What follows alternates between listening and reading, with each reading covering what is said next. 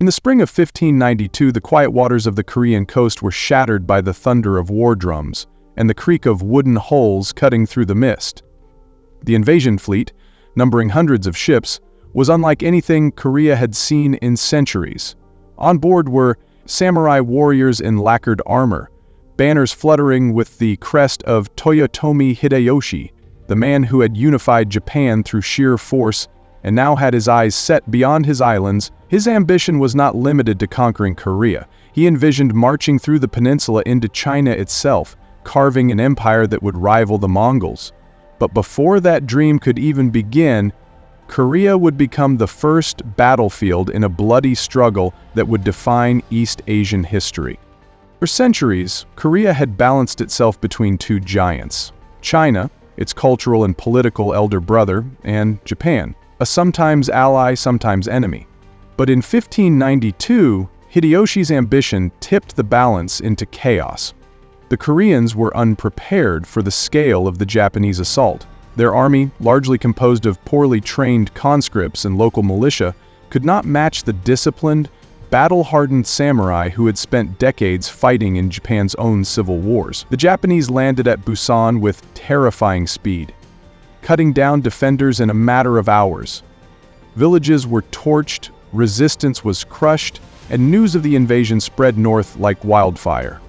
In Seoul, King Seonjo faced an impossible choice. With the Japanese advancing at an alarming pace, he abandoned the capital and fled to the northern provinces, hoping to regroup and seek help from Ming China. The fall of Seoul within just weeks of the landing was a humiliation that shook the Korean court to its core. For the Japanese, the victory seemed to confirm their superiority. They believed the peninsula would fall quickly, clearing the path to the Ming Empire. But they underestimated Korea's spirit and the power of a nation fighting for its survival.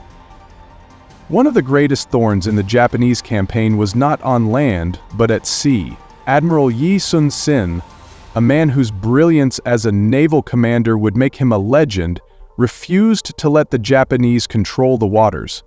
While the Korean army faltered on the ground, Yi's fleet, armed with swift Panoxian warships and the fearsome turtle ships, armored vessels with spiked roofs and cannon ports, began cutting Japanese supply lines to pieces. The Japanese war machine depended heavily on supplies shipped from their home islands, and without them, their armies could not advance deep into Korea. In a series of stunning naval battles, including the Battle of Okpo and the Battle of Hansando, Yi used cunning traps, superior maneuvering, and devastating firepower to annihilate entire Japanese fleets. The Japanese commanders, realizing they were bleeding resources, pushed harder on land.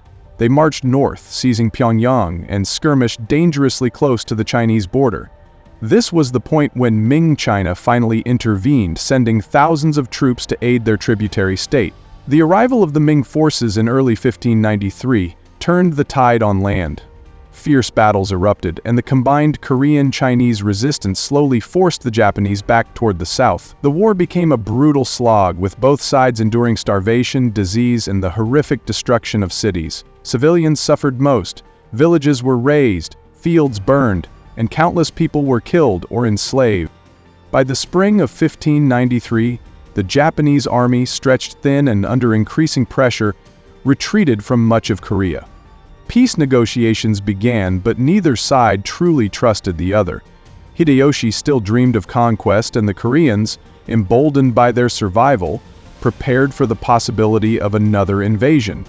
That possibility became reality in 1597, when Japan launched a second campaign. This time, the Japanese arrived even more determined, bringing improved weapons, more troops, and brutal tactics meant to break Korea's will. But they faced a nation hardened by the scars of the First War. Yi Sun-sin, however, had been temporarily removed from command after false accusations and court intrigue, a disastrous decision that nearly cost Korea its naval defense. Without Yi, the Japanese scored rare naval victories, opening supply routes and allowing their army to push inland.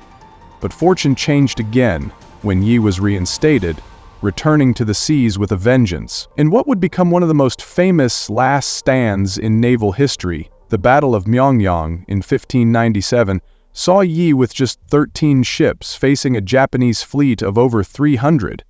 Using the narrow straits and powerful tidal currents to his advantage, Yi destroyed dozens of enemy vessels while losing none of his own, forcing the Japanese to retreat in shock. It was a victory that restored Korean morale and crippled Japanese momentum. The second invasion dragged on, but Hideyoshi's grand vision was collapsing. His forces were bogged down in constant skirmishes, their supply lines under relentless attack, and morale sinking fast. Then, in 1598, Hideyoshi died in Japan. His death triggered a power struggle back home, and the Japanese commanders in Korea, realizing they could not hold their ground without support, began a full retreat. The last major clash came at the Battle of Noryang in December 1598, where Yi Sun-sin once again faced overwhelming odds. In the midst of a victorious battle, Yi was struck by a stray bullet and died aboard his flagship, reportedly telling his officers to hide his death until the fight was over so his men would not lose heart. His final command ensured victory, but his loss was a devastating blow to Korea. The war, known as the Imjin War or the Japanese invasions of Korea, had lasted 7 years and left the peninsula in ruins. Millions were dead or displaced, cities lay in ashes, and the economy was shattered. Yet, despite the destruction, Korea had survived not because it was the stronger power but because of its resilience, its alliances, and the brilliance of leaders like Admiral Yi. For Japan, the war was a costly failure that drained its resources and ended Hideyoshi's dreams of continental conquest. For China, it was a reminder of the fragile balance of power in East Asia, one that required constant vigilance. But the war's scars went deeper than borders and battlefields. The Japanese had taken thousands of artisans, scholars, and skilled workers back to Japan as prisoners, altering the cultural landscapes of both nations.